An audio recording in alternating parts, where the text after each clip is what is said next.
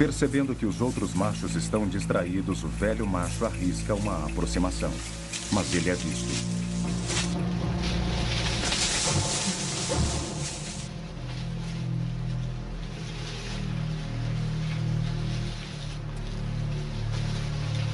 Ficar rente ao chão é um sinal de submissão.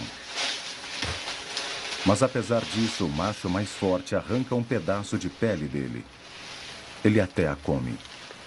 Um dragão de Komodo não dispensa nada.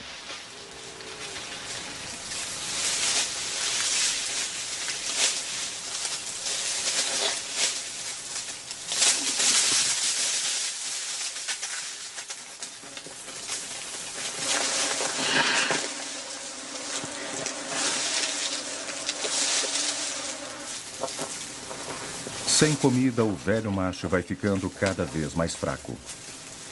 Dragões de Komodo quase sempre acabam morrendo de fome.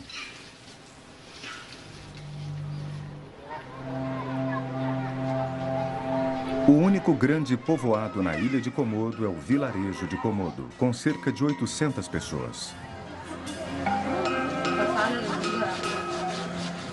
Embora a televisão seja um item comum, itens básicos como água fresca são escassos e os moradores não têm telefone.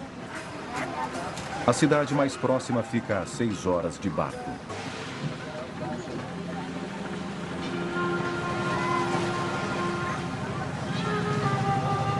A maioria das pessoas ganha a vida pescando nas ricas águas ao redor das ilhas. O preço que eles pagam é viver lado a lado com os dragões devoradores de homens.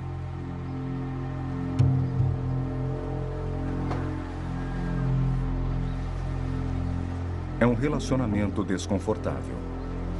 Os moradores do vilarejo sabem que os dragões matam e matarão outra vez.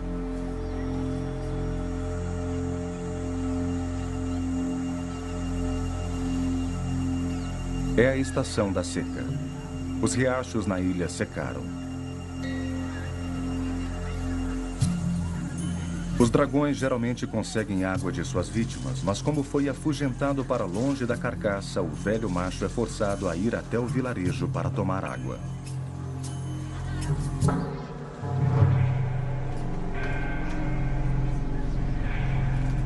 É o pior pesadelo. Um dragão de Komodo no banheiro. Outro dragão está próximo à saída de água da casa. Répteis geralmente vivem em locais secos e por isso não achamos que eles precisem tanto de água. Mas sempre que tiver uma chance, um dragão tomará o máximo de água possível.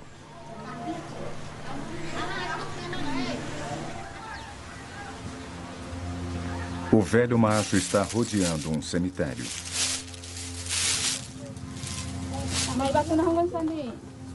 Alguns dos que aqui descansam foram mortos por dragões.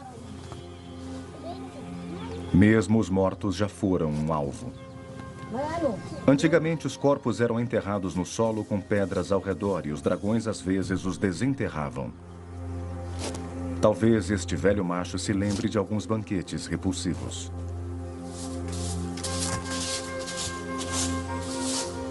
Hoje em dia, as sepulturas são feitas à prova de dragões. Os mortos são enterrados com blocos de concreto por cima.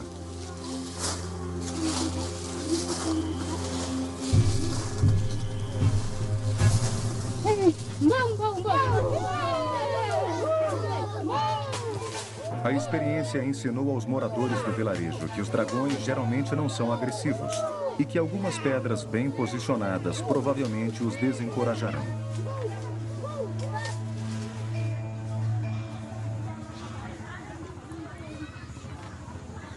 Dragões raramente matam humanos, mas os humanos, muitas vezes sem intenção, ameaçam a existência dos dragões. Pesquisas recentes mostraram que em algumas regiões os dragões estão lutando para sobreviver.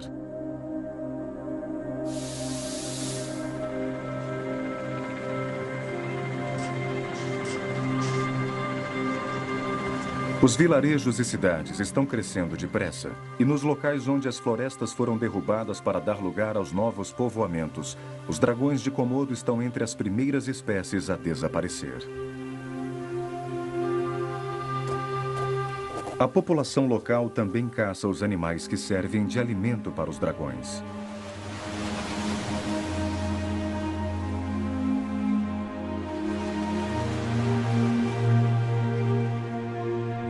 Na pequena ilha de Gili-Motang sobraram menos de 100 dragões.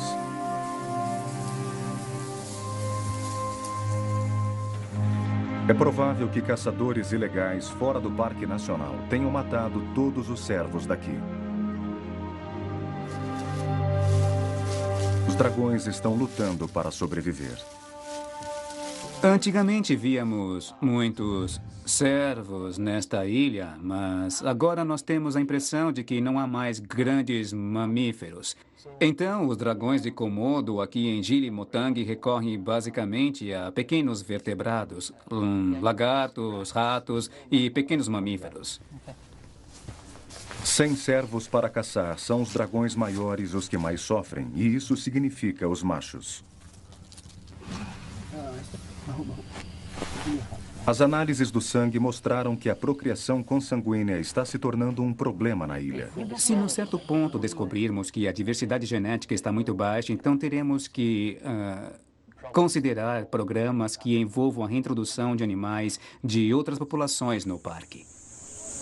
Assim como os crocodilos, os dragões de Komodo põem ovos. Este dragão fêmea está cavando um ninho. Cláudio a tem monitorado de perto e sabe que ela ainda não encontrou um companheiro. Apesar disso, seus ovos ainda podem estar férteis.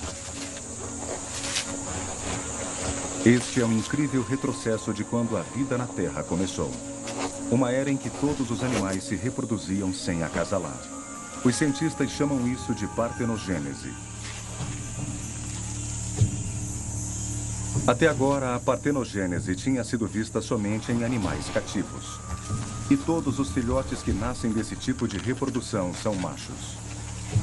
Pode ser uma medida de emergência para manter a população crescendo até que outros machos cheguem.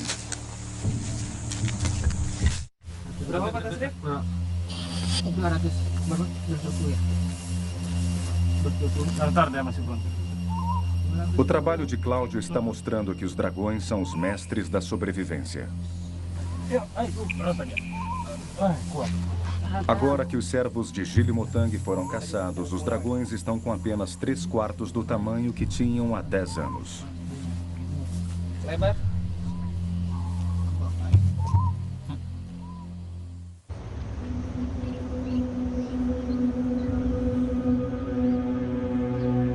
Se os dragões de Komodo diminuem quando apenas presas pequenas estão disponíveis, então talvez presas maiores os façam ficar maiores outra vez.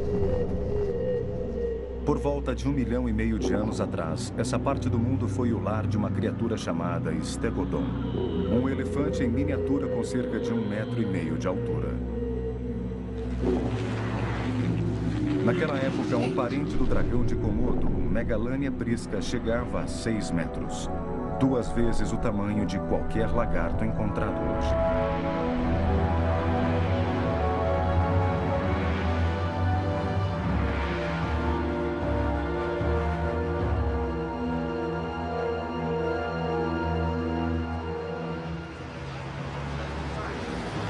Em Leiden, Holanda, o cientista australiano Dr. Brian Fry voltou ainda mais no tempo, até as origens do dragão de Komodo.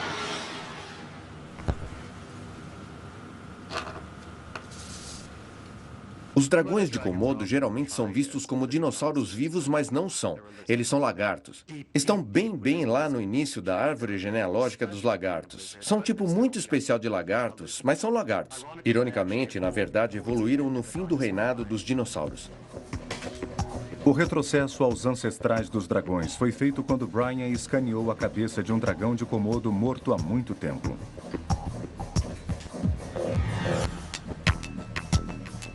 Ele ficou extremamente surpreso com o que viu.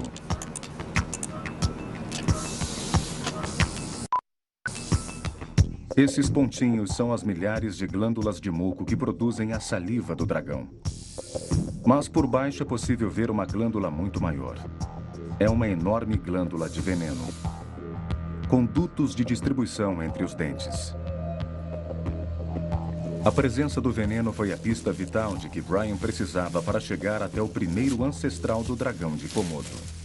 Quando começamos a fazer esse trabalho, a última coisa que esperávamos era saber qual seria a nossa conclusão final. Mas conseguimos mostrar que os dragões de Komodo, na verdade, dividem um ancestral venenoso comum com as serpentes. Há cerca de 200 milhões de anos, um ancestral venenoso comum evoluiu. E o mais interessante é que, e olha que eu não acredito em coincidências, há muitos componentes de veneno no dragão de Komodo que também são encontrados em animais como serpentes ou cobras. Parece que os lagartos evoluíram das serpentes por volta de 150 milhões de anos atrás. Os primeiros parentes do dragão de Komodo apareceram na Ásia por volta de 30 milhões de anos. Enormes mudanças geológicas posteriormente ligaram a Ásia à Austrália.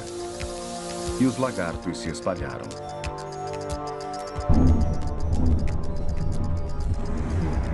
Em algum ponto nos últimos 100 mil anos, os níveis de mar em constantes mudanças isolaram os dragões de Komodo nas ilhas onde eles vivem hoje.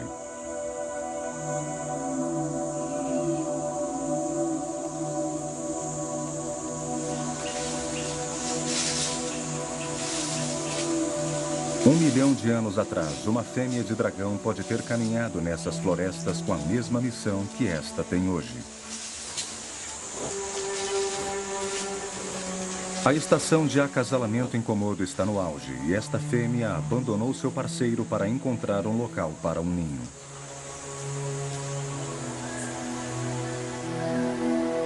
Um grande monte de terra é o local ideal.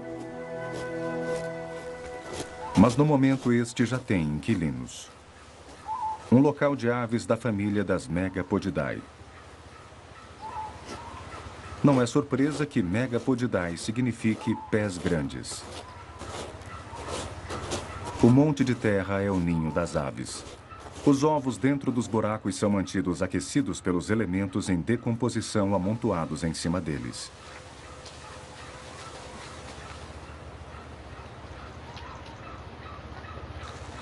Este também é o local perfeito para um dragão botar seus ovos.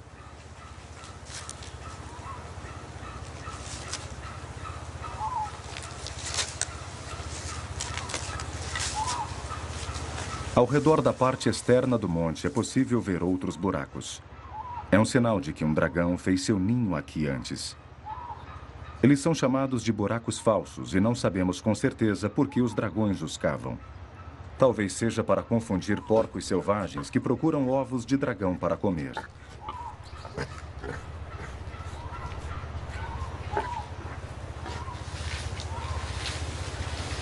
Antes de começar a trabalhar para fazer as adaptações no ninho, a fêmea de dragão faz sua refeição. Ovos de aves.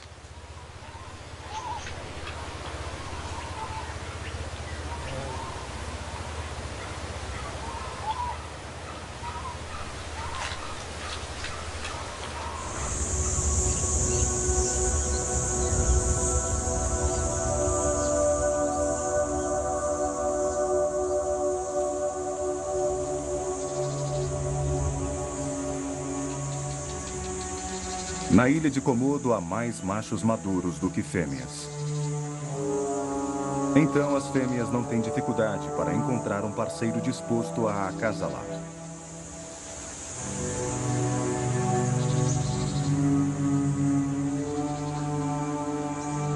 Para um dragão de Komodo macho existe uma lei restrita: calma. Ela pode ser menor, mas pode arranhar e morder.